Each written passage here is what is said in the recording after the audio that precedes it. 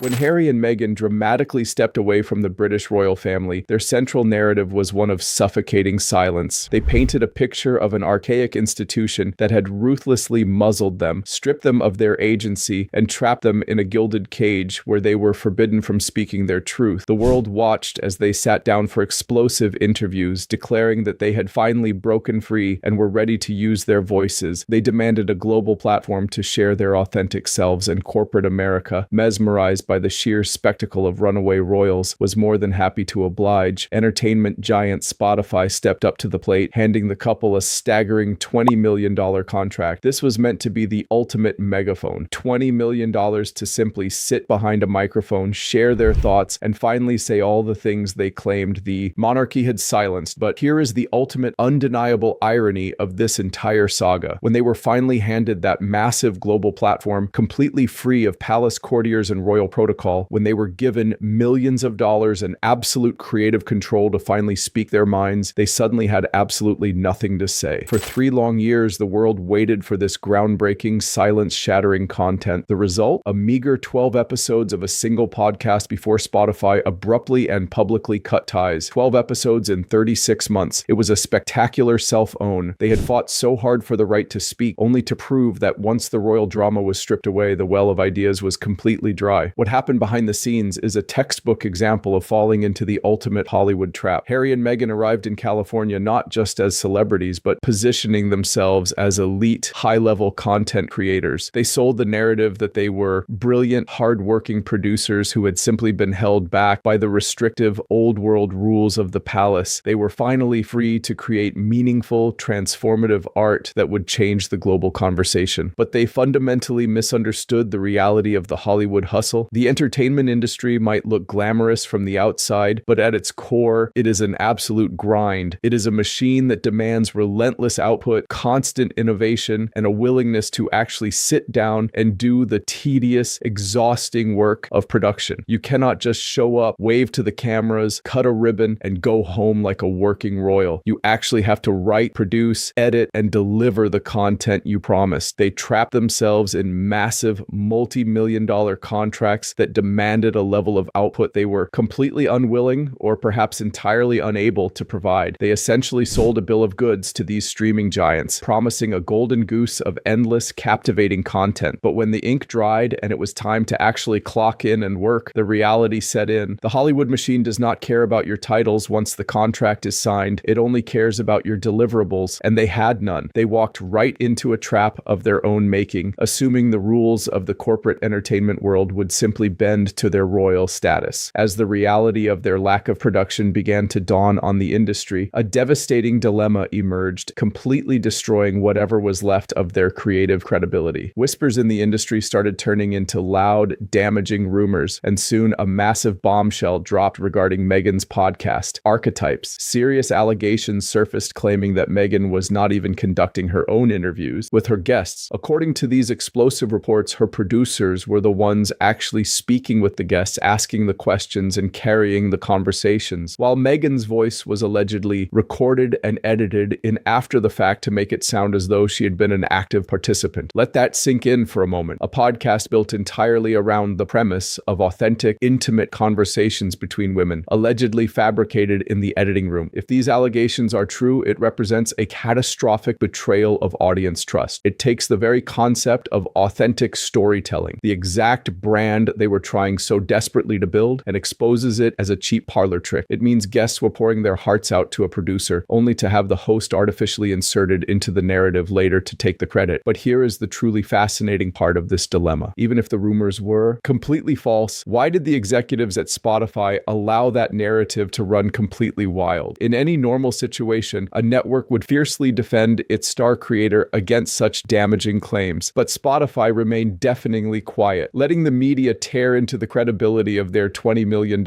investment. This double bind was devastating. Either she faked the interviews, exposing a shocking level of laziness and deceit, or her relationship with Spotify was so profoundly toxic and broken that the executives were perfectly fine sitting back and watching her reputation burn. Whichever is true, her credibility as a genuine interviewer, as a trusted voice in the media landscape, was permanently destroyed in the blink of an eye. The fallout from the Spotify collapse did not just stay contained contained to the audio platform, it triggered a terrifying domino effect that sent shockwaves through their entire financial portfolio. When a $20 million deal is publicly and humiliatingly canceled, it is not just a loss of income. It is a glaring red flag to every other corporate partner in the industry. Suddenly, the executives over at Netflix, who had signed the couple to an astronomical, highly publicized $100 million deal, began to sweat. They were looking at the wreckage of the Spotify partnership and wondering if they were next in line to receive absolutely zero return on their massive investment. This financial anxiety was not just happening behind closed boardroom doors, it was bleeding out into the public square in real time. Just as the Spotify news broke, rumors began swirling that Meghan was on the verge of signing a mammoth history-making contract with the French luxury fashion house Dior. It was supposed to be the ultimate rebrand, elevating her to the very pinnacle of global high fashion and securing a massive new revenue stream. But in a move that is almost completely unheard of in the polite, carefully curated world of luxury public relations, Dior did not just quietly pass on the deal. They publicly, swiftly, and very bluntly denied that any such contract was ever in the works. It was a humiliating public rejection. The so-called billion-dollar Sussex brand, once heralded as the most valuable new commodity in Hollywood, was suddenly hemorrhaging value for everyone to see. The financial stakes were escalating at a dizzying pace, and the carefully constructed illusion of their corporate invincibility was shattering. But the true knockout blow, the viral moment that completely broke the internet and permanently altered the trajectory of their careers, came from inside the house. Bill Simmons, a highly respected Spotify executive, head of podcast innovation, and a massive media mogul in his own right, went on his own podcast and unleashed a devastating critique. He did not use corporate PR speak. He did not hide behind anonymous quotes or polite industry jargon. He openly and furiously referred to Harry and Meghan as fucking grifters. He even teased a story about a bizarre Zoom call he had with Harry to try and help him brainstorm podcast ideas, hinting at an interaction so absurd that it only solidified the brutal label. This was an unprecedented moment in modern Hollywood history. You simply do not see top-level executives going on the record to publicly humiliate and swear at their former talent. Saying the quiet part out loud completely shattered the unspoken rules of the entertainment industry. The grifter label went insanely viral, plastered across every tabloid, newspaper, and social media feed on the planet. It stuck to them like glue because it articulated exactly what the public and the industry had been secretly thinking for months. They were no longer viewed as misunderstood creatives. They were perceived as grifters who had taken the money and run. To truly understand how this monumental collapse happened, you have to analyze the profound behavioral flaws at the center of their entire strategy. It boils down to a sheer, blinding level of entitlement. Harry and Meghan operated under the deeply flawed assumption that their royal titles alone were enough to generate endless revenue. They fundamentally believed that they were the product. They thought that just by existing, just by gracing a platform with their royal presence, the money would automatically flow and the accolades would pour in. But they failed to realize that in the ruthless, unforgiving world of Hollywood capitalism, you are only ever as good as your last hit. Audiences do not care about a Duke or Duchess title when they are looking for something to binge watch on a Friday night. They care about good storytelling, compelling entertainment, and genuine value. Their fatal flaw was believing they were entirely above the grind. They wanted the status and the wealth of Hollywood moguls without putting in the grueling hours of a writer, a director, or a producer. They expected to float above the fray, issuing grand pronouncements and collecting massive checks while everyone else did the actual heavy lifting. As the walls closed in and the public mockery reached a fever pitch, their public relations team scrambled into damage control mode, attempting to pull a familiar lever by launching a massive emotional appeal. A flurry of excuses was suddenly leaked to the press to explain away their astonishing lack of content. They blamed the tragic passing of the Queen, claiming the mourning period had disrupted their creative flow. They blamed the global pandemic, arguing that lockdowns made production impossible. They even blamed vague, undefined industry shifts within the podcasting world. But instead of generating sympathy, the audience simply groaned. The emotional appeal failed completely, and it failed because it felt grossly inauthentic and entirely tone-deaf. Normal, everyday people were looking at these excuses and rolling their eyes, because normal people work through crushing hardships, personal grief, and global pandemics every single day, and they do it without a $20 million